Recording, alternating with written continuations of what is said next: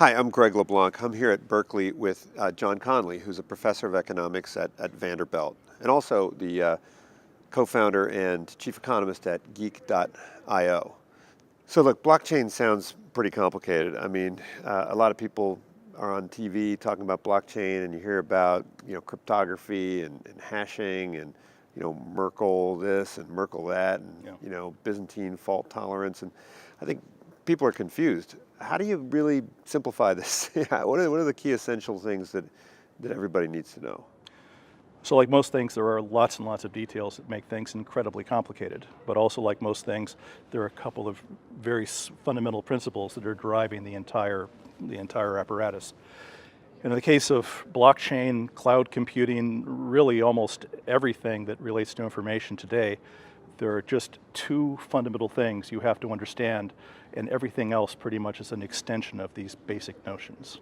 The two are these. One is something called hashing, and the other is called asymmetric encryption, or public-private key encryption.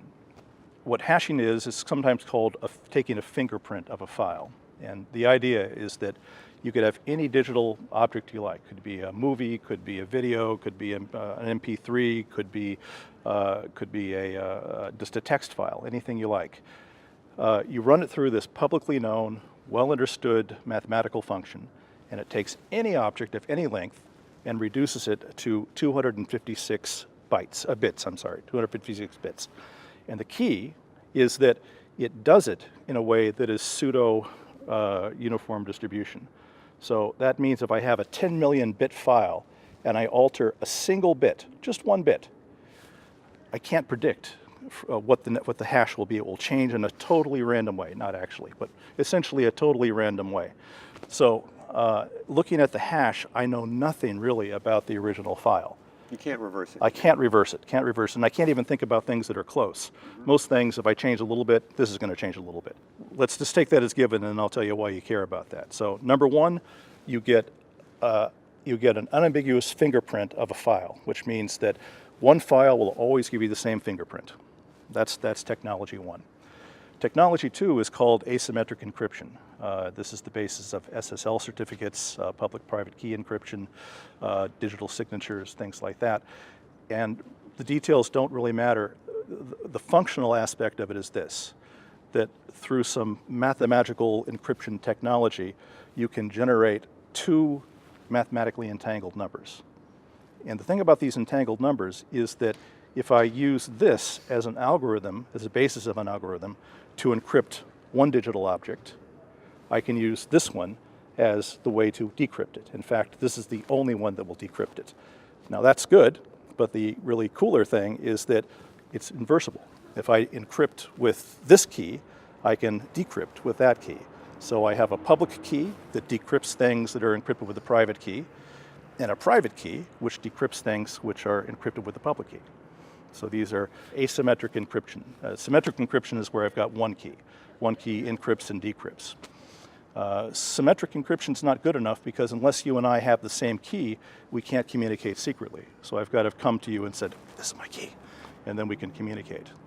But if I don't know you, I don't know I'm going to want to talk to you, then you can generate a public-private key pair, display publicly your public key pair, and then I can say, hey Greg, let's go to lunch. And I take your public key and I encrypt that message to you, and I send you the encrypted, what's called ciphertext. No one can read it but whoever has that private key. So I can send you a message publicly, yell it out to the whole world, and only you, the possessor of the private key, can actually decrypt it. All right, so that's a way that we can communicate without having to have shared a key. So I think right now at pretty much every company on the planet, there's someone in charge who's saying to their CIO, their CTO, maybe their CFO, what's our blockchain strategy, right? So what do you tell somebody who's been given this instruction, what's our blockchain strategy? How do they begin to approach this issue? I feel sorry for these people. It's a very, very difficult job. Part of it is because you don't really know what it is you want blockchain to do. Blockchain can do all kinds of things. It can be private blockchain, it can be permissioned, it can be public, it can be scalable, it can be cheap, it can be decentralized, it can be federated. There's millions of different possible implementations. I think the most important starting point is knowing the business problem you're actually trying to solve. And that's not clear, because blockchain often is a solution looking for a problem in these contexts. So, you know, you're a CTO of, I don't know, Ford, and you talk, say, blockchain guy, tell me, what's our blockchain strategy? Well, that's saying we want to use blockchain, obviously, so tell me how I can use it. But really, that's the wrong. You should have a problem and then find a solution. Right. Yeah. Well, thank you, John. This has been really informative. Great pleasure. I hope you'll join us for our new online course, Blockchain for Enterprise.